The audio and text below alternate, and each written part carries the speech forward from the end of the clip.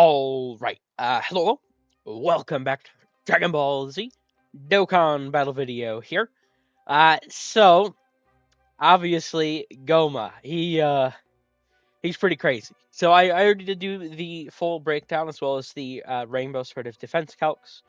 Obviously, what we're going to be doing here is the 55% defense calcs. Like this guy is just, I don't know. He seems, he's crazy. Okay. I am concerned about how he'll work for me because my dodge luck is just like the worst possible thing currently. And after this falls off, which to be fair should be up for most of the current fights, and then his giant form with the active should like annihilate enemies. But if this falls off rather, and you don't have the giant form, he does get tremendously worse. Just pointing that out. Now, I did actually want to point another thing out. So this actually confused me. I don't know if you saw the other one or if you saw my Twitter. Uh, at first, I read this, I believe correctly initially, which is at the start of each turn. So every time he appears, then someone's like, "Oh yeah, it should work like Golden Frieza." I was like, "Oh, what the fuck?" So it's gonna stack even when he's not on the rotation. So that would have been broken, right? I don't think it works that way. I could be wrong. I don't think it works that way. I think it's every single appearance.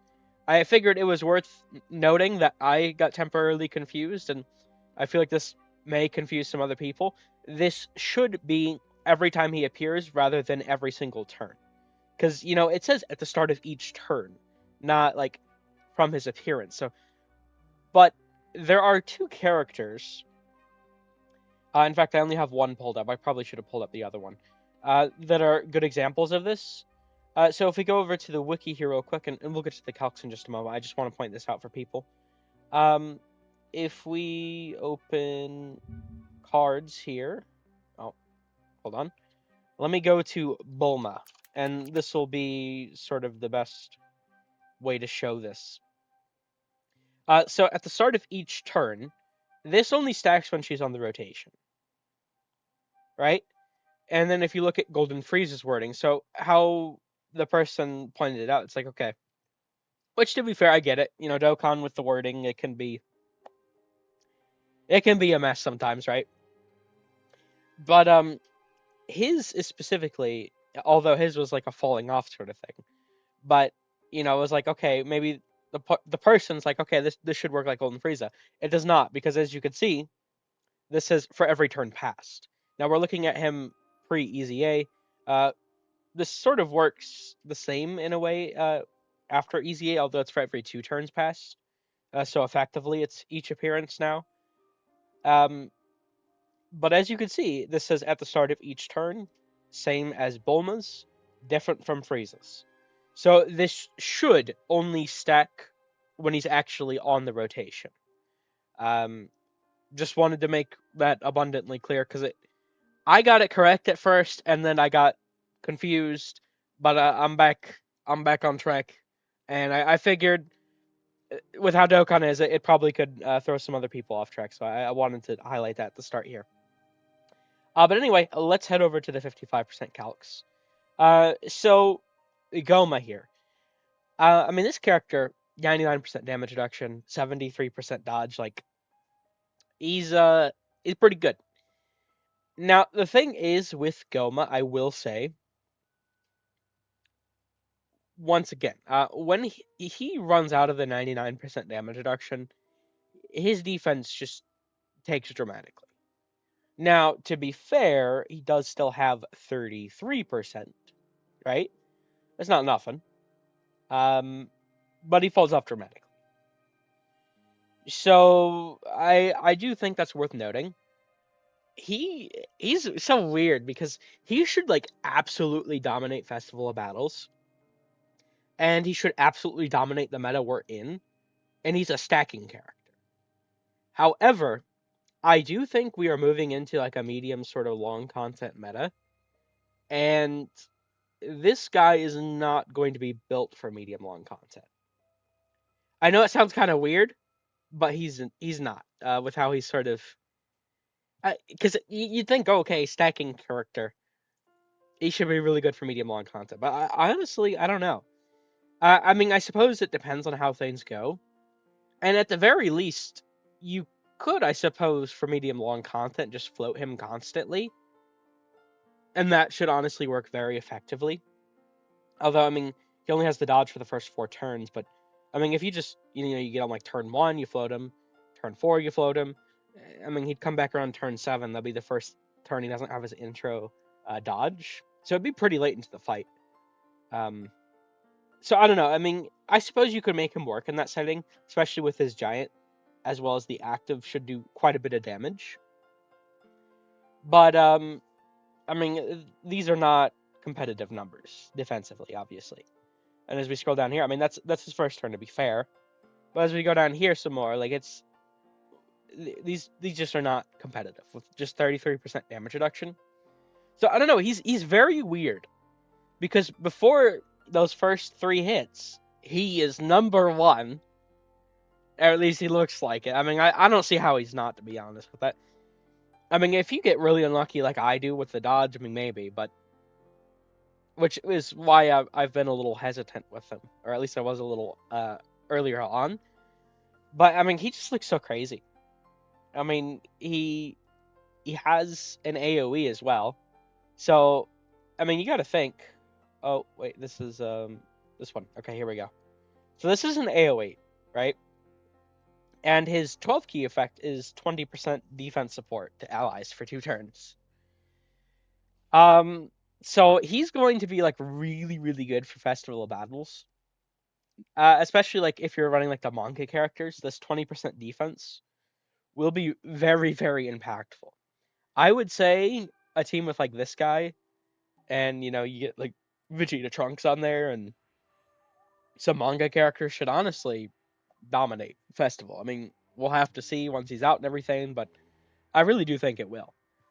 So I mean that there's that at least, and also I mean with this being an AOE, the Daima phase would get crushed, which is very very good.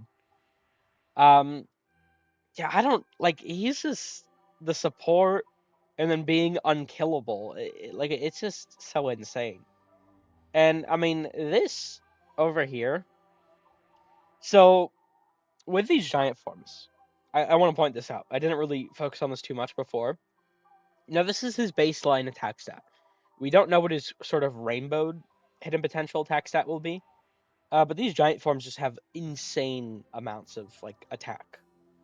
In fact, just to sort of show this real quick, actually, let me head over here, and we'll pull up like Giant Ape Vegeta from this year, or EZA. His EZA was this year, but what? What do you mean general server? What the fuck? Hey, no cut info. Hey, what the hell? Okay. Well, let me just look up Giant, and I'll pull up Air. He should work. And then let's look at Super Saiyan 4 Goku. Okay, so see, this is a good example. So his base is 60,000, or rather, the minimum 50,000 is level 1, 60,000 at max level, and then 65,000, 100%. I guess I thought they had gotten a little bit more from the hidden potential, but maybe I was incorrect. Okay. Anyway, still, just pointing out. I mean, if you have like 65 fucking thousand attack, right, and then you have your leader skill 440%, right, and then phase 1 you have 333%, right. Then your active skill is a 3,333% raise, and then you got to think. I mean, even further, if you have SA phase buffing him, whether that be Vegeta and Trunks, whether that be Daima Goku, the Super Saiyan one. Hell, I mean, even Phase 2 from, like, Mini Super Saiyan 4 Goku. The amount of damage this is going to do, it's going to be some of the most broken damage in the game. I think so. I could be wrong, but this, comboed with this, and it's like, is one of his best setups, if not his best setup in general, is Mini Super Saiyan 4 Goku's team. So the phase 2 he's gonna have, like, he's gonna be doing some damage. But yeah, once again, I don't know. I just wanted to talk generally about Gomah while I, put the up to 55% calcs here. I think he looks pretty crazy. Um, this character is very weird because once again, I don't like, while he's very, very defensively dominant, it's like for the first 3 attacks, and then he's not. Honestly, like, his actual defense stat, I mean, effectively, what changes from here to Rainbow is practically nothing. Honestly. At Rainbow, he still will die to these sort of big endgame supers we have right now, or at least most of them. He does, I mean, he dies both Rainbow and 55% of those big supers once it runs out. However, when you have that 99% damage reduction, no matter what the fight is, I mean, you're immortal. As long as it's up. Now, when it falls off, that's a different story. But as long as it's up, like, I mean, this is at 55%. I don't know. It's just crazy to think about. I would highly suggest for this guy probably full dodge build, hidden potential. And from then on, I mean, I don't know, additional or crit. I mean, it really depends on what you want to sort of prioritize. Personally, I would prioritize the additional because that way you could get the more support for him. I mean, the defense, that 20% SA phase defense raise will be very important to him because he only has that little bit of defense on the SA phase. So I would prefer like the SA, additional unlimited potential over dodge, or rather after full dodge is done. But I mean, there's also real value in crit, to be honest. Because I mean, he only has 33% crit. He doesn't have like super effective or anything. So yeah, I mean, I don't know. It really it depends on what you prefer, but I would definitely say full dodge is the way to go with this guy. I mean, if you get dupes for him, even if you don't, I mean, honestly, with the bronze and silver, just throw dodge on him, because as long as he's dodging, as long as he has that 99% damage reduction, he can't die, and he has to dodge to keep that up. So I mean, while it's very unlikely, technically speaking, I mean, you could keep him effectively immortal an entire fight if you just got really good dodge luck. I don't, so I mean, I don't know how he'll do for me. I'm probably only going to summon with the Dokkan Day tickets, but I am definitely very excited to see him in game. And at the very least, I expect he'll probably return for Anniversary, on the Part 2 Carnival banner. So I can just like coin him there. So, or I mean, I'm starting to stockpile my summon point tickets, so maybe I can get them from that. I don't know. We'll see. But yeah, either way, I'm good in this one here. Let me know what you guys are thinking of Gomah. I mean, he looks pretty crazy. He's arguably number one. Those first 3 turns, he's definitely number one, or not first 3 turns, but rather those first 3 hits before he's received them. After that, I don't think he's really even in the discussion of top like 10, 15. I don't know. He's so weird because it's like he's God, and then he just like whew, just shoots down, and then you use the giant form, and then he's just fucking God again.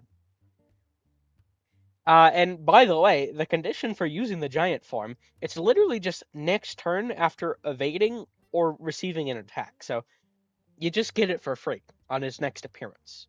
Although I would say hold on to it until, you run out of the 99% damage reduction thing. He's they cooked with him though. 100%. He looks like he'll be a lot of fun. And once again, I mean, he's extreme AGL. He should be very, very helpful for the Festival Battle mission for those, including myself, who have not completed it. So they did a really good job with him, I feel. But yeah, we're gonna end this one here. Thank you all for watching. I hope you enjoyed. Take care.